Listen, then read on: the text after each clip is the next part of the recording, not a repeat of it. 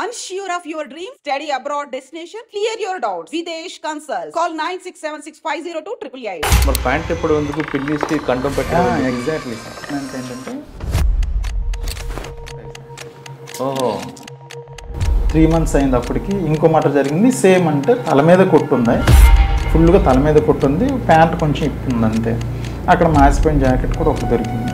అయితే మేము అనుకున్నాం ఏంటంటే ఫస్ట్ ఆఫ్ ఆల్ ఆ మాట ఈ మాట ఒకటే చేశాడని అనుకుంటూ ఆ రెండింటిలోనైతే డైరెక్ట్ కండోమ్ పెట్టాడు. ఒక దాంట్లో నాకు మల్లెపూలు పెట్టాడు.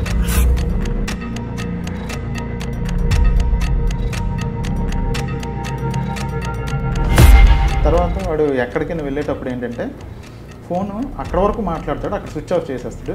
చేసి అక్కడికి వెళ్ళి మటర్ చేసి డబ్బులు తీసుకొచ్చి మళ్ళీ స్విచ్ ఆన్ చేసుకుంటాడు. మళ్ళీ ఇమీడియట్గా వాడు ఏంటంటే 7 o'clock 8 o'clock సి షిఫ్ట్ ఉంటుంది లారస్ కంపెనీకి వెళ్ళిపోతాడు. ఎందుకు చేస్తున్నాడండి ఈ విధంగా? ఇది యాక్చువల్గా సైకోవా? ఫ్యామిలీ లేదా వాడికి? పేరెంట్స్ కానీ తల్లిదండ్రులు ఉన్నారు. బట్ ఏంటంటే సరే అండి, జేబులో డబ్బులు తీసుకెళ్తారు, అంతవరకు బాగానే ఉంది. మరి ప్యాంట్ ఎప్పుడు ఎందుకు పిన్నిస్కి కంఠం పెట్టడం? Exactly sir. అయితే ఏంటంటే వాడు ఏంటంటే మొత్తాన్ని సీన్ని రీకన్స్ట్రక్షన్ చేస్తాడు సార్. చేసి మన కేసు మొత్తం డైవర్ట్ చేస్తాడు సార్. ఎంత దారుణంగా డైవర్ట్ చేస్తాడంటే ఇప్పుడు జడ్ గంగవరం కేసులో కూడా చనిపోయిన అతని సెల్ ఫోన్ తీసుకొని ఇతనికి ఎప్పుడో ఒక అతని మీద కోపం ఉంటే అతనికి మిస్డ్ కాల్ ఇచ్చాడు సార్. అతను ఏంటంటే తెలియక 2-3 times కాల్ చేసి ఎత్తాడు, మాట్లాడలేదు. మాట్లాడకుండా అనమాట ఫోన్ స్విచ్ ఆఫ్ చేస్తాడు. అంటే ఎత్తి ఒక 1 minute 2 minutes ఉండి ఫోన్ స్విచ్ ఆఫ్ చేస్తాడు. చేసి ఆ ఫోన్ తీసుకొచ్చి వాళ్ళ ఇంటి ఎదురుగున్న నూతిలో పడేశాడు. మనం ఆ చనిపోయిన అతను సిడిఆర్ తీసిన వెంటనే లాస్ట్ కాల్ రావడంటే వాడిని పట్టుకొని వస్తాం. వాడినే పట్టుకొని వచ్చాం. పట్టుకొని వస్తే అసలు చనిపోయినాడు ఎవడో తెలియదు అంటాడు వాడు. నీకు తెలియకపోతే లాస్ట్ కాల్ ఎందుకు చేస్తే నీకేంటి సంబంధం అంటాం మేము. టోటల్గా ఏంటంటే అసలు మొత్తం డైవర్ట్ చేసేస్తాడు. At the same time first కేసులో కూడా మీరు వాలంటీరు రెండో రోజు అనమాట పెన్షన్ డబ్బులు పంచాలి.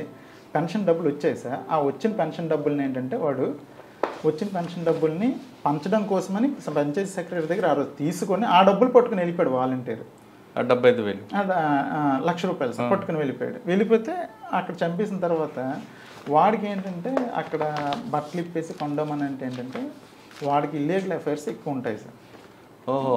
సో ఆ ఇల్లీగల్ ఎవరో చంపేశారని చెప్పి మనం అనుకోవడం కోసం డైవర్ట్ చేయడం కోసం ఒకటి కొండం, గాజులు, తర్వాత ఏంటంటే సగం కాల్చిన చుట్ట, మాసిపోయిన ఒక జాకెట్ అన్ని పడేస్తాడు సార్. దానికి అందరూ ఏమనుకుంటారంటే వీడికి ఎవరితోనో ఇల్లీగల్ ఉంది, సో అందువల్ల ఎవరో వచ్చి చంపేశారు అనుకుని మనం అంతా ఆ కోణంలోనే పూర్తిగా డైవర్ట్ అయిపోతారు సార్. కేసు అంతా డైవర్ట్ చేసేస్తాడు సార్.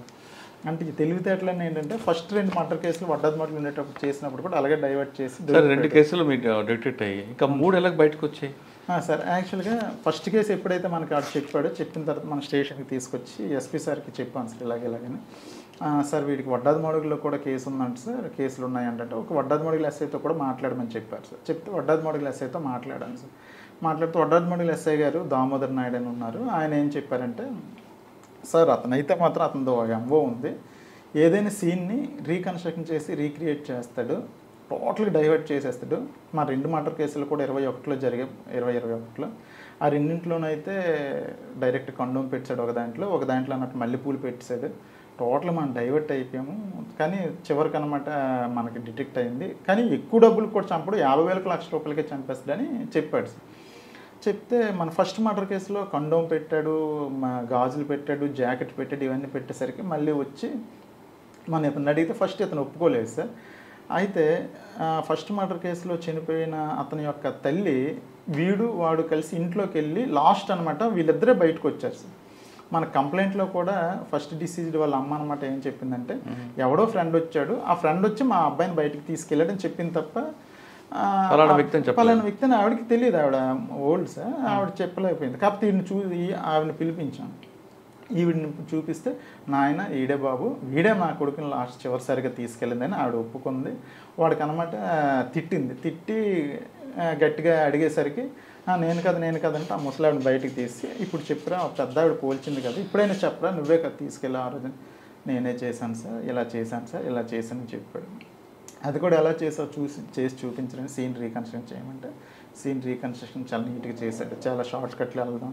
తర్వాత వాడు ఎక్కడికైనా వెళ్ళేటప్పుడు ఏంటంటే ఫోను అక్కడ వరకు మాట్లాడతాడు, అక్కడ స్విచ్ ఆఫ్ చేసేస్తాడు, చేసి అక్కడికి వెళ్ళి మటర్ చేసి డబ్బులు తీసుకొచ్చేసి మళ్ళీ స్విచ్ ఆన్ చేసుకుంటాడు. మళ్ళీ ఇమీడియట్గా వాడు ఏంటంటే 7 o'clock 8 o'clock సి షిఫ్ట్ ఉంటుంది లారస్ కంపెనీకి వెళ్ళిపోతాడు.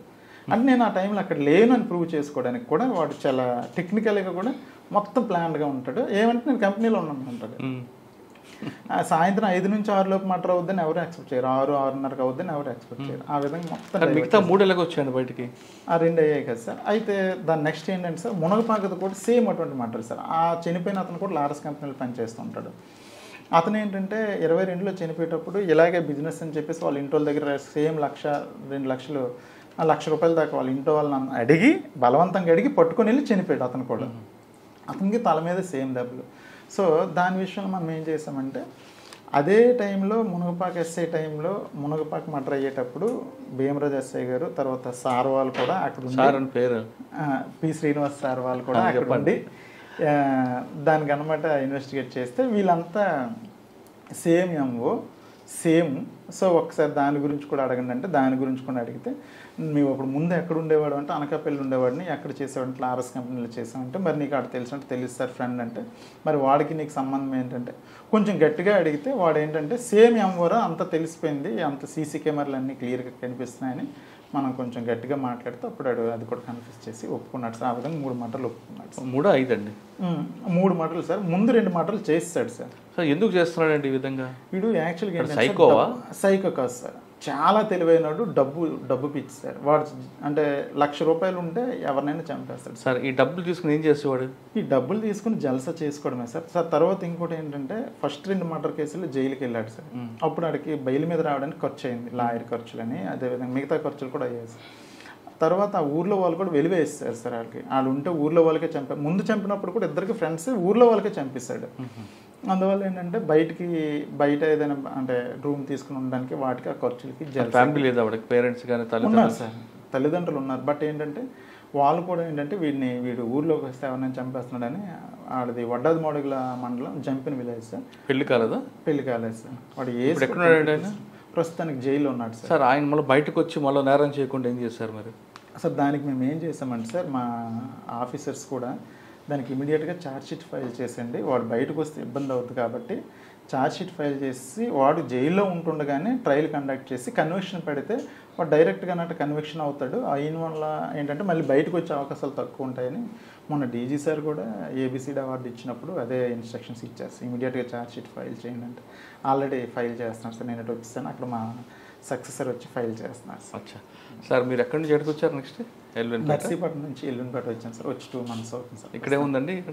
ఇక్కడ ప్రస్తుతం అంటే ఒకప్పుడు నక్సల్స్ ప్రభావం ఇప్పుడేం లేదా? ఇప్పుడు కొంచెం తగ్గింది సార్. ఏదైనా కొంచెం తగ్గింది ఉందా అంటే ఉందని అనుకుంటున్నాను సార్. నేనైతే ఇంకా నేను వచ్చి 2 months అయింది అనుకుంటున్నాను సార్. ఉందని సార్. ఇటువంటి అవార్డులు తీసుకున్నప్పుడు ఏమనిపిస్తుంటుంది సార్? యాక్చువల్గా ఏంటంటే అసలు first of all DG sir చేతుల మీదుగా తీసుకోవడం అనేది అంటే మా అవార్డు మా ఎస్పీ మేడం దీపిక మేడం గారు మమ్మల్ని సెలెక్ట్ చేసి పంపిస్తే వాస్తవంగా అయితే వస్తుందో రాదో మేడం గారు మా మీద అభిమానం కొద్ది పంపించారు, కానీ వస్తుందో రాదని మాకు కూడా కొంచెం ఒక అంటే అంత ఆశ అయితే ఉంది. వస్తే హ్యాపీయే, కాకపోతే వస్తుందో రాదని ఒక చిన్న దీనిగా ఉండేది.